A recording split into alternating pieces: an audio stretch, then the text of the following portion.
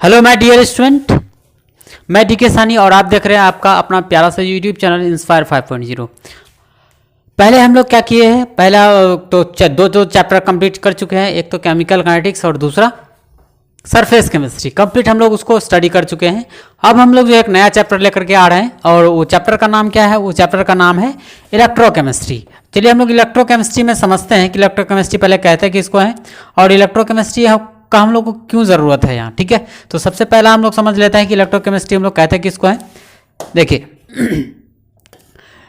Electrochemistry physical chemistry का वैसा branch होता है जिसमें हम लोग स्टडी करते हैं करंट के बारे में। अब ये करंट कौन सा करंट के बारे में यहाँ बात करते हैं, यहाँ हम लोग बात करते हैं, पढ़ते हैं, स्टडी करते हैं आयंस के फ्लो के कारण जो करंट जनरेट होता है। फिर से सुने, आयंस के फ्लो के कारण जो करंट जनरेट होता है उसके बारे में हम लोग कहाँ पढ़ते हैं, इलेक्ट्रोकेमिस्ट्री में। और केमिकल चेंजेस जो होता है, केमिकल चेंजेस जो होता है, केमिकल के बीच का, केमिकल रिएक्शन के बीच का रिलेशन के बारे में हम लोग कहाँ पढ़ते हैं, इलेक्ट्रोकेमिस्ट्री में पढ़ेंगे हम लोग। ठीक है, तो हम लोग इलेक्ट्रोकेमिस्ट्री को बेसिकली पढ़ते हैं, दो पार्ट में बांटते हैं, इसको दो पार्ट में डिवाइड करके पढ़ते हैं। एक तो पढ़ते हैं हम लोग इलेक्ट्रोलाइटिक कंडक्शन और ये दूसरा पढ़ते हैं, दूसरा पार्ट होता है इलेक्ट्रोकेमिकल सेल। मतलब कि इसमें हम लोग केमिकल रिएक्शन के थ्रू से हम लोग देखेंगे कि सेल में जो है केमिकल रिएक्शन के थ्रू से करंट कैसे जनरेट होता है, जिसको अपन बोलते हैं डीसी करंट। क्या बोलते हैं, डीसी करंट कहते हैं। ठीक है, अगला है हम लोग का इधर कि विद्युत अपघटनी चालन। विद्युत अपघटनी चालन का मतलब क्या कि करंट जो फ्लो होता है वो किन किन कारणों से होता है। तो एक चीज तो आप जानते हो कि कंडक्टर होता है, एक तो हम लोग कंडक्टर में बात करें, और दूसरा देखते हैं कि अगर कोई सॉल्यूशन मोल्टेन स्टेट में है या फिर एक्वस स्टेट में है तो उससे भी क्या होता है, करंट फ्लो होता है।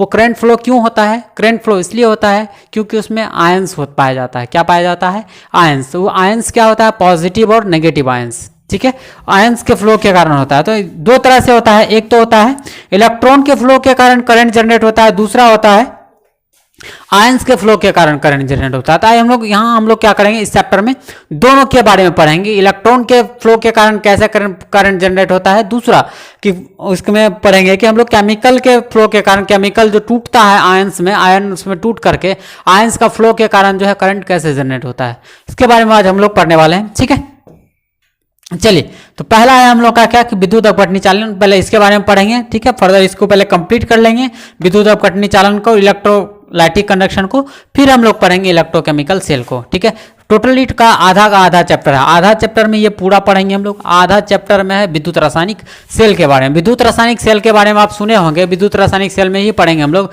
शुष्क सेल के बारे में पढ़ेंगे, मतलब ड्राई सेल, उसके बाद आपका आप जो लोकलांचीय सेल, ढेर सारा प्राथमिक बैटरी, उसके बाद द्वितीयक बैटरी, मतलब प्राइमरी सेल, सेकेंडरी सेल, इन सब चीज़ों के बारे में हम लोग कहाँ पढ़ने वाले हैं, विद्युत रासायनिक सेल में पढ़ेंगे हम लोग। ठीक है, तो सबसे पहला पार्ट के बारे में हम लोग डिस्कस करते हैं विद्युत अपघटनी चालन का। विद्युत अपघटनी चालन को हम लोग अंग्रेजी में क्या बोलते हैं, इलेक्ट्रोलाइटिक कंडक्शन। क्या कहते हैं, इलेक्ट्रोलाइटिक कंडक्शन। अब देखिए इलेक्ट्रोलाइटिक कंडक्शन हम लोग किसको कहते हैं। देखिए सबसे पहले समझते हैं इसमें कि कंडक्टर के बारे में आप सुने होंगे क्लास 10th का बचपन वाला परिभाषा, कि वैसा पदार्थ जिनसे होकर विद्युत धारा प्रवाहित होती है उसको हम लोग कहते हैं कंडक्टर। फिर से सुने कि वैसा पदार्थ जिनसे होकर विद्युत धारा प्रवाहित होती है, मतलब करंट फ्लो होती है, उसको कहते हैं हम लोग क्या, कंडक्टर कहते हैं। अब देखिए कंडक्टर भी दो तरह का होगा। ठीक है, अब ये विद्युत धारा प्रवाह, जो विद्युत धारा का जो प्रवाह होता है वो किसके कारण होता है। ठीक है, सवाल आता है कि कंडक्टर, आप कह रहे हैं कि कंडक्टर है, ठीक है, उस कंडक्टर में जो करंट का फ्लो हो रहा है वो किसके कारण हो रहा है। तो दो यहाँ कारण होगा, एक तो होगा इलेक्ट्रॉन के फ्लो के कारण और दूसरा होगा आयंस के फ्लो के कारण। फिर से समझें कि कंडक्टर में जो करंट फ्लो होता है वो दो तरह से होता है, एक तो होता है इलेक्ट्रॉन के फ्लो के कारण और दूसरा होता है आयंस के फ्लो के कारण। आयंस क्या होता है, पॉजिटिव और नेगेटिव आयंस, आप नाम सुने होंगे, दोनों के कारण होता है। तो अभी जो हम लोग बात जो कर रहे हैं फिलहाल किसके बारे में कर रहे हैं कि वैसा पदार्थ जिनसे होकर क्या विद्युत धारा प्रवाहित होता है उसको हम लोग क्या कहते हैं, कंडक्टर कहते हैं, या फिर उसको हम लोग कहते हैं विद्युत चालक, मतलब विद्युत का चालन करने वाला, मतलब इसको अंग्रेजी में क्या बोलते हैं, इलेक्ट्रिकल कंडक्टर कहते हैं। अब देखिए इसका इलेक्ट्रिकल कंडक्टर को हम लोग, कंडक्टर को क्या करते हैं, दो पार्ट में डिवाइड करते हैं। एक तो पढ़ते हैं हम लोग मेटेलिक कंडक्टर पढ़ते हैं और एक पढ़ते हैं हम लोग इलेक्ट्रोलाइटिक कंडक्टर। देखिए अभी हम लोग डिस्कस किए कि करंट जो है दो तरह से फ्लो होगा, एक तो होगा आयंस के फ्लो के कारण और एक होगा हम लोग का इलेक्ट्रॉन के फ्लो के कारण। ठीक है, तो जब इलेक्ट्रॉन के फ्लो के कारण जो करंट फ्लो होगा, ठीक है, उसको कहेंगे हम लोग धात्विक चालक। और क्योंकि इलेक्ट्रॉन के फ्लो के कारण करंट फ्लो होता है उसमें, तो इसलिए उसको हम लोग क्या बोलते हैं, इलेक्ट्रॉनिक चालक भी कहते हैं। लेकिन यहां जो बात करें हम लोग विद्युत अपघटनी सेल में, विद्युत अपघटनी सेल में क्या होता है, आयंस के फ्लो के कारण होता है। चलिए अब हम लोग समझते हैं इसको एग्जाम्पल के थ्रू से, कि एग्जाम्पल से समझते हैं कि इलेक्ट्रोलाइटिक कंडक्टर क्या होता है और इलेक्ट्रॉनिक कंडक्टर क्या होता है। सपोज दैट मान लीजिए हम लोग का एक कंडक्टर है, ठीक है, कंडक्टर चालक ले लेते हैं, ठीक है, कोई धातु ले लेते हैं, धातु का कोई पाइप ले लेते हैं, या फिर कोई भी धातु का एक टुकड़ा ले लेते हैं, ठीक है। और अगर ये धातु का आप टुकड़ा ले रहे हैं तो इसमें क्या होगा,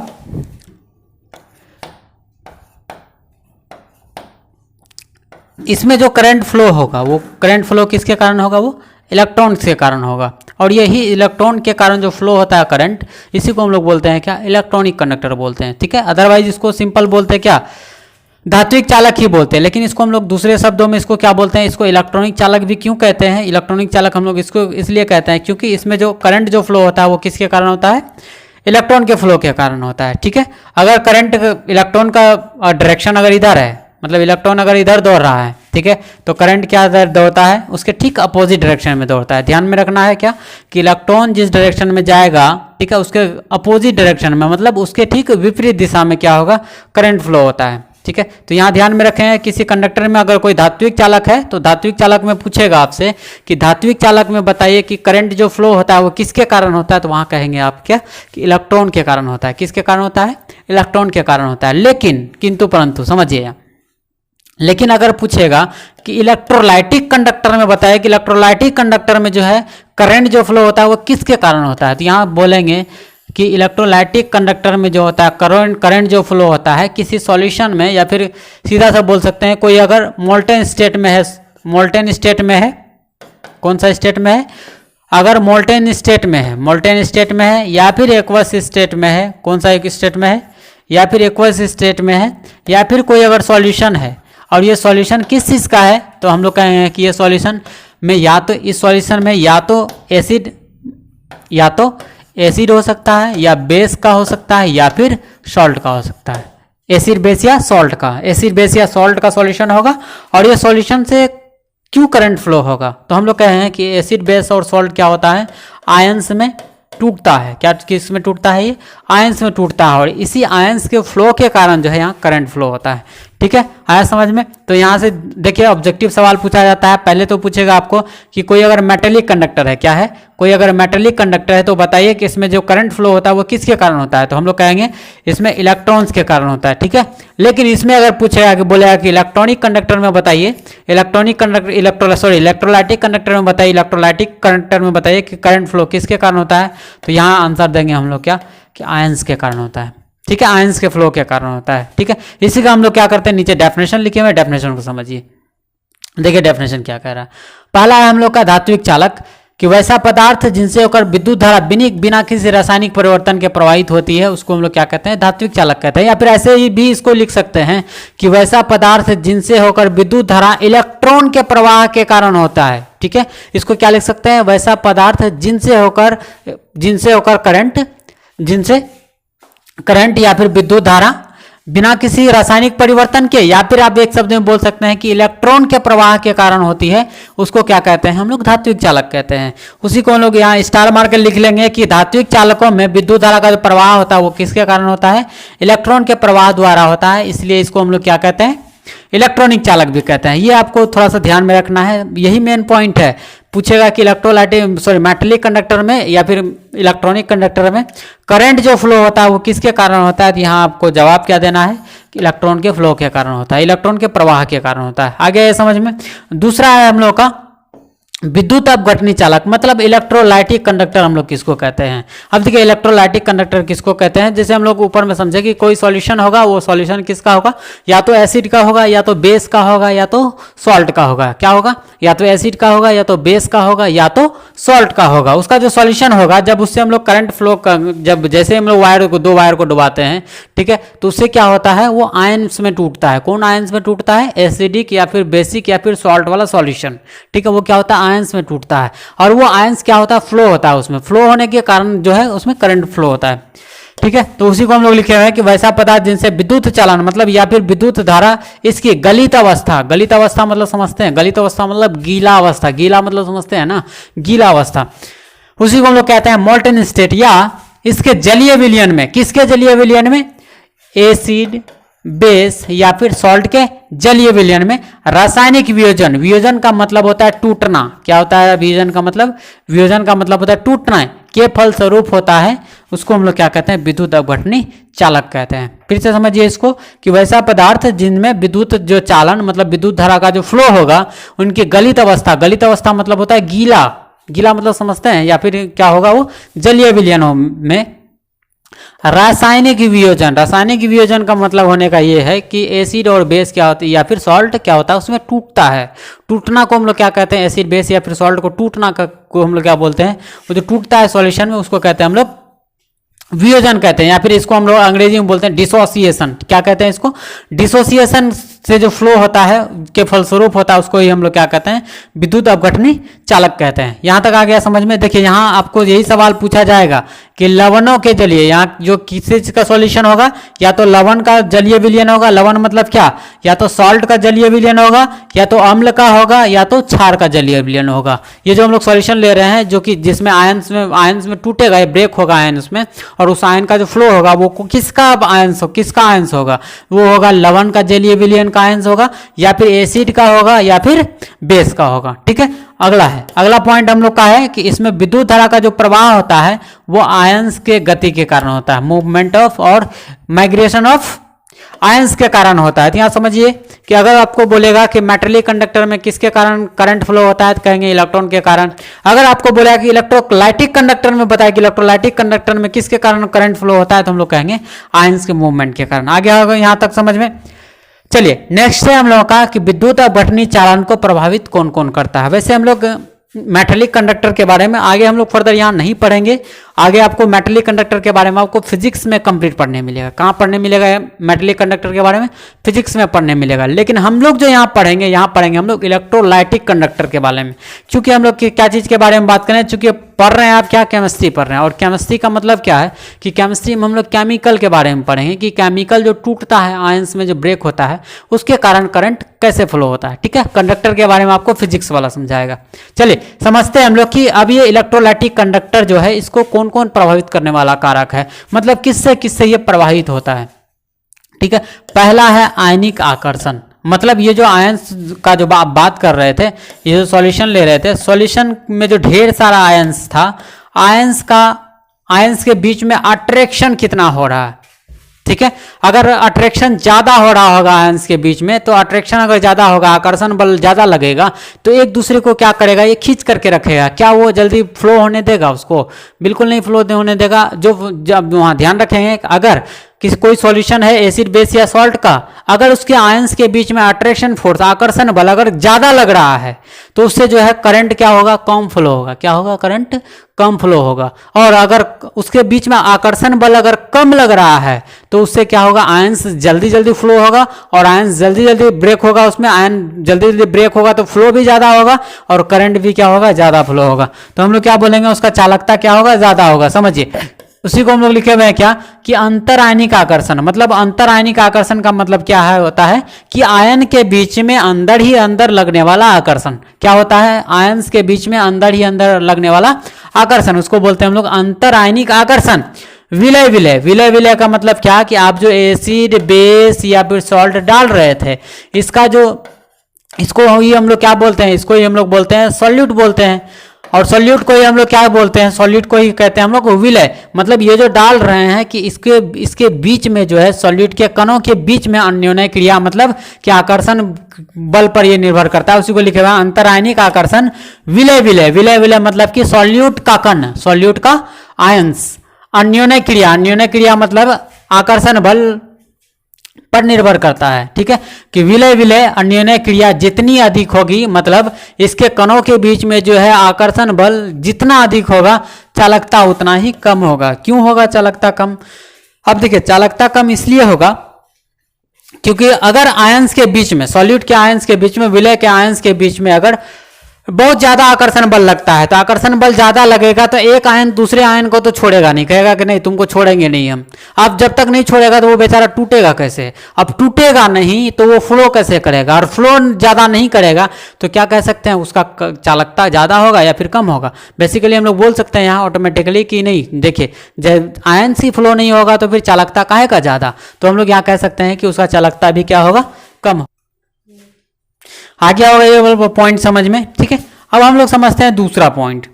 दूसरा क्या है, दूसरा है आयनों का विलयनीकरण, मतलब आयन कितना मात्रा में इसमें विलय होता है, उसके आधार पर हम लोग समझते हैं कि इसका विलय सॉल्वेशन के कारण जो है क्या प्रभाव पड़ता है इलेक्ट्रोलाइटिक कंडक्टर पर, ठीक है। तो चलिए समझते हैं आयनों का विलयनीकरण। विलयनीकरण मतलब का मतलब क्या होता है, विलयनीकरण मतलब होता है कि आप जो एसिड बेस या फिर सॉल्ट जो इसमें डिसॉल्व करा रहे हैं, डाल रहे हैं, ये कितना मात्रा में इसके अंदर में घुल रहा है, घुलने को ही हम लोग बोलते हैं विलयीकरण, या फिर इसी को बोलते हैं सॉल्वेशन। आया समझ में। अब देखिए आप क्या लिए हुए हैं, सॉल्वेंट तो लिए होंगे, और सॉल्वेंट क्या लिए होंगे आप, वाटर लिए होंगे, ठीक है। इस वाटर में क्या डिसॉल्व करा रहे हैं आप, या तो एसिड डाल रहे हैं, या तो बेस डाल रहे हैं, या फिर सॉल्ट को इसमें डिसॉल्व करा रहे हैं। अब देखिए समझिए यहाँ क्या होगा, सॉल्वेशन कहाँ ज्यादा होगा और कहाँ कम होगा। अब समझिए, देखिए आयनों का विलयनीकरण विलय विलायक का अन्योन्य क्रिया पर निर्भर करती है। इसका मतलब क्या कि इसमें कितना मात्रा में ये सॉल्यूट आकर के, मतलब एसिड बेस या फिर सॉल्ट आकर के घुलेगा, ये निर्भर करता है इस पर कि सॉल्यूट और सॉल्वेंट के बीच में जो है आकर्षण बल कितना लग रहा है। फिर से समझिए कि ये जो आप ले रहे हैं सॉल्यूशन ले रहे हैं, सॉल्यूशन सॉरी बोल रहे हैं, ये क्या सॉल्वेंट जो आप ले रहे हैं, कि सॉल्वेंट में जो आप सॉल्यूट को डाल रहे हैं, अब ये डिपेंड करता है कि ये कितना मात्रा में घुलेगा। अब ये कितना मात्रा में घुलेगा ये इस बात पर निर्भर करता है कि इन दोनों के बीच में, मतलब वाटर और एसिड बेस या फिर सॉल्ट के बीच में, मतलब सीधा सा बोलें कि सॉल्वेंट और सॉल्यूट के बीच में, किसके किसके बीच में, सॉल्वेंट और सॉल्यूट के बीच में कितना आकर्षण बल ज्यादा लग रहा है और कितना आकर्षण बल कम लग रहा है, इस बात पर निर्भर करता है, ठीक है। समझिए वो इसी को लिखे हुए हैं कि आयनों का विलयनीकरण मतलब सॉल्वेशन जो है सॉल्यूट और सॉल्वेंट के अन्योन्य क्रिया मतलब आकर्षण पर निर्भर करता है। जब विलय एवं विलायक मतलब सॉल्यूट एवं सॉल्वेंट अन्योन्य क्रिया को मतलब आकर्षण बल प्रबल होती है, तो विलय के आयन अधिक जलयोजित होते हैं, मतलब अधिक मात्रा में जब जो है सॉल्यूट और सॉल्वेंट के बीच में ज्यादा आकर्षण बल लगेगा, तो ज्यादा आकर्षण बल लगेगा तो क्या करेगा, ये वाटर कहेगा कि आ जाओ मेरे में घुल जाओ, ज्यादा मात्रा में घुलेगा। समझिए यहाँ सॉल्वेंट और सॉल्यूट के बीच में अगर ज्यादा आकर्षण बल लगेगा, क्या लगेगा, ज्यादा आकर्षण बल लगेगा, तो ये क्या होगा, एसिड बेस या फिर सॉल्ट ज्यादा मात्रा में इसमें सॉल्वेशन होगा, इसका मतलब ज्यादा मात्रा में घुलेगा, ठीक है, जिससे आयनों की गति तथा चालकता निम्न हो जाती है। अब जो समझिए ऊपर में समझे कि अगर दोनों के बीच में आकर्षण बल ज्यादा होगा तो ये क्या होगा, आयंस में ज्यादा नहीं टूटेगा, और आयंस में ज्यादा नहीं टूटेगा तो ज्यादा आयन का फ्लो नहीं होगा, ज्यादा आयन का फ्लो नहीं होगा तो क्या ये चालकता ज्यादा होगा, इसका बिल्कुल नहीं होगा, चालकता क्या होगा, कम होगा। लेकिन किंतु परंतु जबकि है ना अन्योन्य क्रिया के दुर्बल होने पर, अन्योन्य क्रिया के दुर्बल होने का मतलब क्या है कि अगर सॉल्यूट और सॉल्वेंट के बीच में जो है आकर्षण बल अगर कमजोर रहता है, ठीक है, वीक रहता है, तो आयंस क्या होता है, गति के लिए स्वतंत्र होता है, मतलब आयंस गति कर सकता है, जिसके कारण जो है विद्युत चालकता इसका क्या होता है, बढ़ जाता है। ध्यान से एक ही बात ध्यान में क्या रखना है कि अगर सॉल्यूट और सॉल्वेंट के बीच में आकर्षण बल मतलब अन्योन्य क्रिया या फिर बोल सकते हैं आप इंटरेक्शन फोर्स अगर ज्यादा लगता है, तो उस कंडीशन में इलेक्ट्रोलाइटिक कंडक्शन का जो है कंडक्टर का जो चालकता होगा वो कम होगा। लेकिन अगर सॉल्यूट और सॉल्वेंट के बीच में इंटरेक्शन फोर्स जो है या फिर कह सकते हैं आप अट्रैक्शन फोर्स अगर कम लगता है, तो वैसे कंडीशन में हम लोग कहें कि इलेक्ट्रोलाइटिक कंडक्टर का चालकता जो है वो बढ़ जाएगा। क्यों? क्योंकि इसका आयंस जो होगा वो क्या होगा, फ्री होगा मूव करने के लिए, क्या आकर्षण बल लगी नहीं रहा है तो जाओ, ठीक है। तो ये भी समझ में आ गया होगा आपको सेकंड पॉइंट। चलिए थर्ड पॉइंट पे हम लोग पहुंचते हैं। तीसरा है हम लोग का, तीसरा जो फैक्टर है इसका विलायकी श्यानता। श्यानता का मतलब होता है चिपचिपापन, चिपचिपा मतलब समझते हैं ना, चिपचिपापन को कहते हैं हम लोग श्यानता। ठीक है, अब देखिए श्यानता का क्या फर्क पड़ता है। देखिए श्यानता विलायक विलायक के अनुनय क्रिया पर निर्भर करती है। मतलब कितना चिपचिपा होगा सॉल्यूशन वो डिपेंड करता है कि सॉल्वेंट और सॉल्वेंट के बीच में, मतलब ये जो आप सॉल्वेंट ले रहे हैं, ठीक है, सॉल्वेंट का मॉलिक्यूल्स के बीच में, सॉल्वेंट का मॉलिक्यूल्स के बीच में कितना अट्रैक्शन फोर्स लग रहा है। ठीक है, विलायक विलायक के अनुनय क्रिया जितनी अधिक होगी, विलायक की श्यानता उतनी अधिक होगी। मतलब इन लोगों के बीच में जितना अट्रैक्शन फोर्स ज्यादा होगा, ये ज्यादा उतना ही ज्यादा चिपचिपा टाइप का सॉल्यूशन बनाएगा, और जिसके कारण आयनों की गतिशीलता कम हो जाएगी। क्योंकि जानते हैं आप कि कहीं अगर चिपचिपा चीज़ है, चिपचिपा टाइप का सॉल्यूशन है, और या फिर सीधा सा समझिए सॉल्वेंट है, अगर आप उसमें कुछ जा करके फेंक देते हैं तो क्या होगा, वो उसको भी क्या करता है, चिपका लेता है। क्या हम लोग क्या कर सकते हैं, अगर कोई सॉल्वेंट है, अगर सॉल्वेंट अगर चिपचिपा टाइप का है, चिपचिपा टाइप का है, अगर आप उसमें एसिड बेस सॉल्टे को आप जा करके फेंक दीजिए, तो क्या वो जल्दी छूटेगा? क्या नहीं टूटेगा? तो क्या वो आयन में ब्रेक नहीं होगा? आयन में नहीं टूटेगा। आयन में नहीं टूटेगा तो हम लोग क्या बोल सकते हैं कि आयन में नहीं टूटेगा तो आयन फ्लो कैसे करेगा? अब फ्लो नहीं करेगा तो हम लोग क्या कहेंगे कि इलेक्ट्रोलाइटिक कंडक्टर का चालकता क्या बढ़ जाएगा या फिर घट जाएगा? हम लोग कहेंगे कि घट जाएगा। क्यों? क्योंकि आयन तो फ्लो ही नहीं कर रहा है। फ्लो नहीं कर रहा है तो हम लोग क्या बोलेंगे कि उसका कंडक्टर का क्या होगा, इलेक्ट्रोलाइटिक कंडक्टर का चालकता घट जाएगा। ठीक है, नेक्स्ट पॉइंट है हम लोग का टेम्परेचर। क्या है? टेम्परेचर। मतलब कि टेम्परेचर का क्या इफेक्ट पड़ता है इस पर। तो हम लोग यहाँ समझिए कि हम लोग सीधा सा बात जानते हैं कि कोई भी अगर कोई सॉल्यूशन लें, अगर उसमें हम लोग टेम्परेचर प्रोवाइड कर दें, और टेम्परेचर जैसे ही प्रोवाइड करते हैं, वो सॉल्यूशन में क्या होता है, सॉल्यूशन में जितना भी मॉलिक्यूल्स होता है उसके मॉलिक्यूल्स को काइनेटिक एनर्जी मिल जाता है। पहले तो हीट एनर्जी देते हैं हम लोग, हीट एनर्जी कन्वर्ट क्या हो जाता है, किस में हो जाता है, काइनेटिक एनर्जी में। काइनेटिक एनर्जी में जैसे ही कन्वर्ट होता है, उसका मॉलिक्यूल जो होता है, उसका आयंस जो होता है, क्या होता है, उथल पुथल ज़्यादा करना स्टार्ट हो जाता है। अब समझिए बात को, यहाँ ज़्यादा उथल पुथल करना स्टार्ट हो जाता है, और ज़्यादा टेम्परेचर बढ़ा दें, और टेम्परेचर बढ़ा देंगे तो क्या होगा, वो उसका कण और ज़्यादा मूवमेंट होना स्टार्ट हो जाएगा, इधर उधर टकराना स्टार्ट हो जाएगा। अब देखिए क्या कह सकते हैं कि आयंस का मूवमेंट बढ़ गया। आयन का मूवमेंट अगर बढ़ गया तो क्या हम लोग बोल सकते हैं कि इलेक्ट्रोलाइटिक कंडक्टर का चालकता भी बढ़ जाएगा, वो जल्दी जल्दी चालन करना स्टार्ट कर देगा। ठीक है, तो यहाँ से ध्यान में रखेंगे, सीधा सा बात रखेंगे कि अगर हम लोग टेम्परेचर को इंक्रीज करेंगे तो विद्युत चालकता क्या होगा, बढ़ जाएगा। क्लियर है यहाँ तक?